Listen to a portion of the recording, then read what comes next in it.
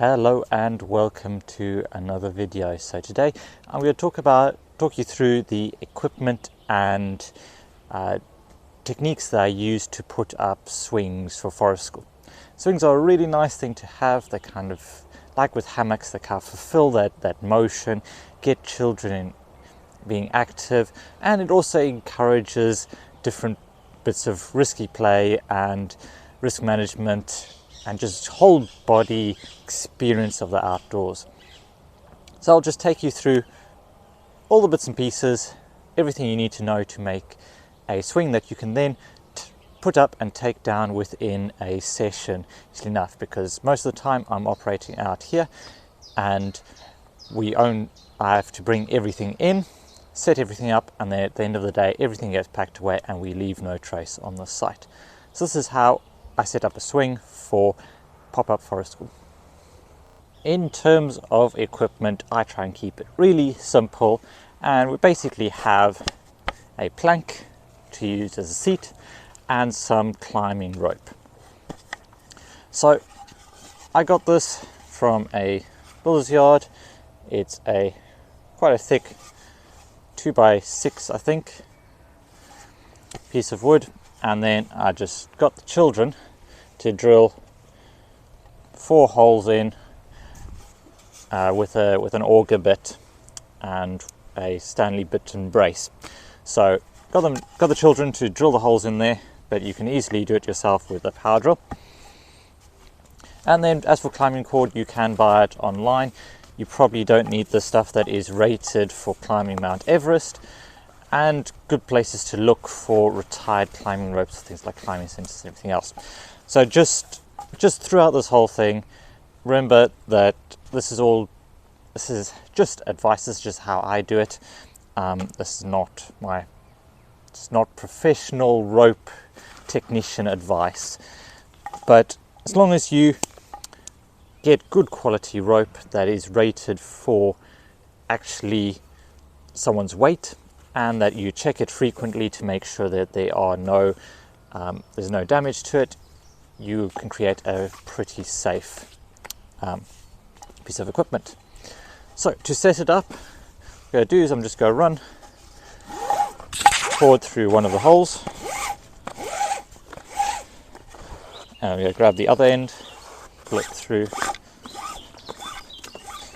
the other end until I've got roughly the same length.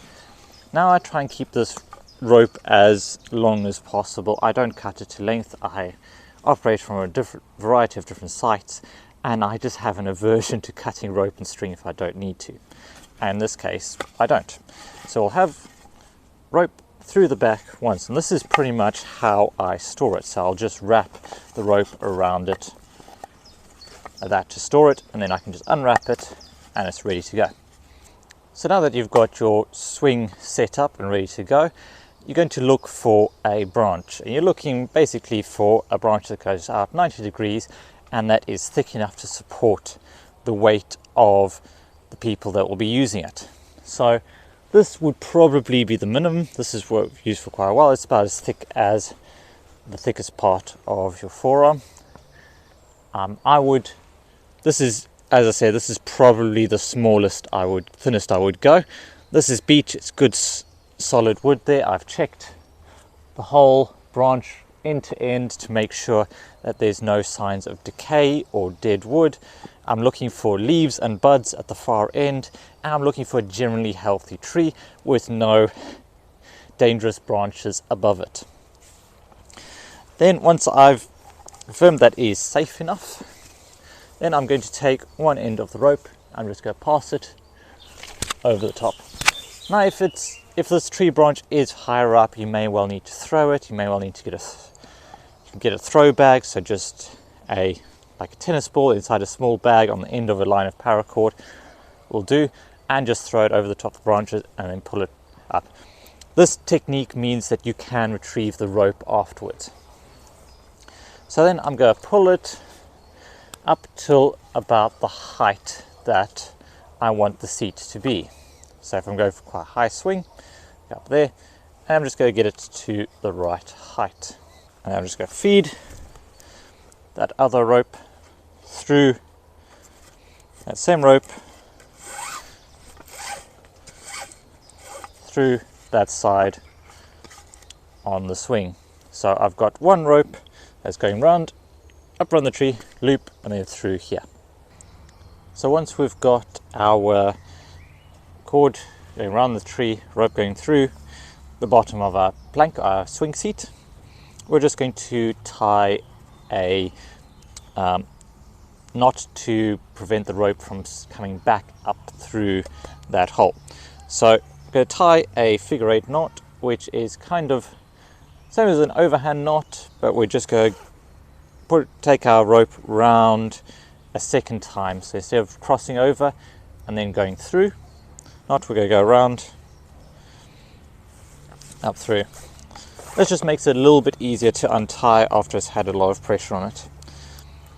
So don't worry about too much about getting the perfect height with that first knot. So when we come round to our second, so if I pass this up over the top, again, you can see I can then adjust it to the height that I want it.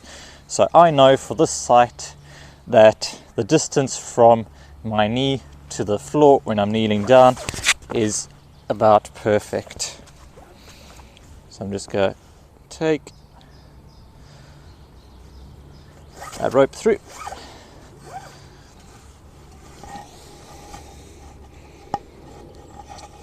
and then another figure 8 knot. That. Okay, and then we can adjust it right tight. There we go. So that is the swing seat attached. So again, it's just 2 continuous loops either side, held on by 2 knots. Now, if you've got a whole lot long rope like I do, got a lot of excess, the thing I usually do with that is I just wrap it around the side here, tuck it in. Same on the other side. Take it over.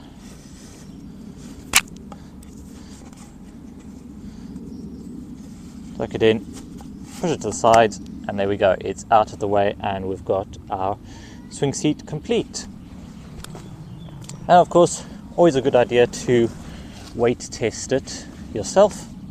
Make sure that it is actually going to be able to hold the weight and it is safe enough for the children to use. So there we go. That is a simple and easy way to set up a forest school swing for pop-up sites. It's not something that I'd leave in place longer term. If you like this video, please do subscribe for more equipment reviews, tips, tricks and advice. And if you would like to supercharge your knots knowledge and get really confident and skilled at putting up tarp shelters using different knots and teaching them as well, then do check out my online tarps and knots course. I'll leave a link to that in the description. With that, thank you so much for watching. Remember to make the most of every day, and I'll see you next time.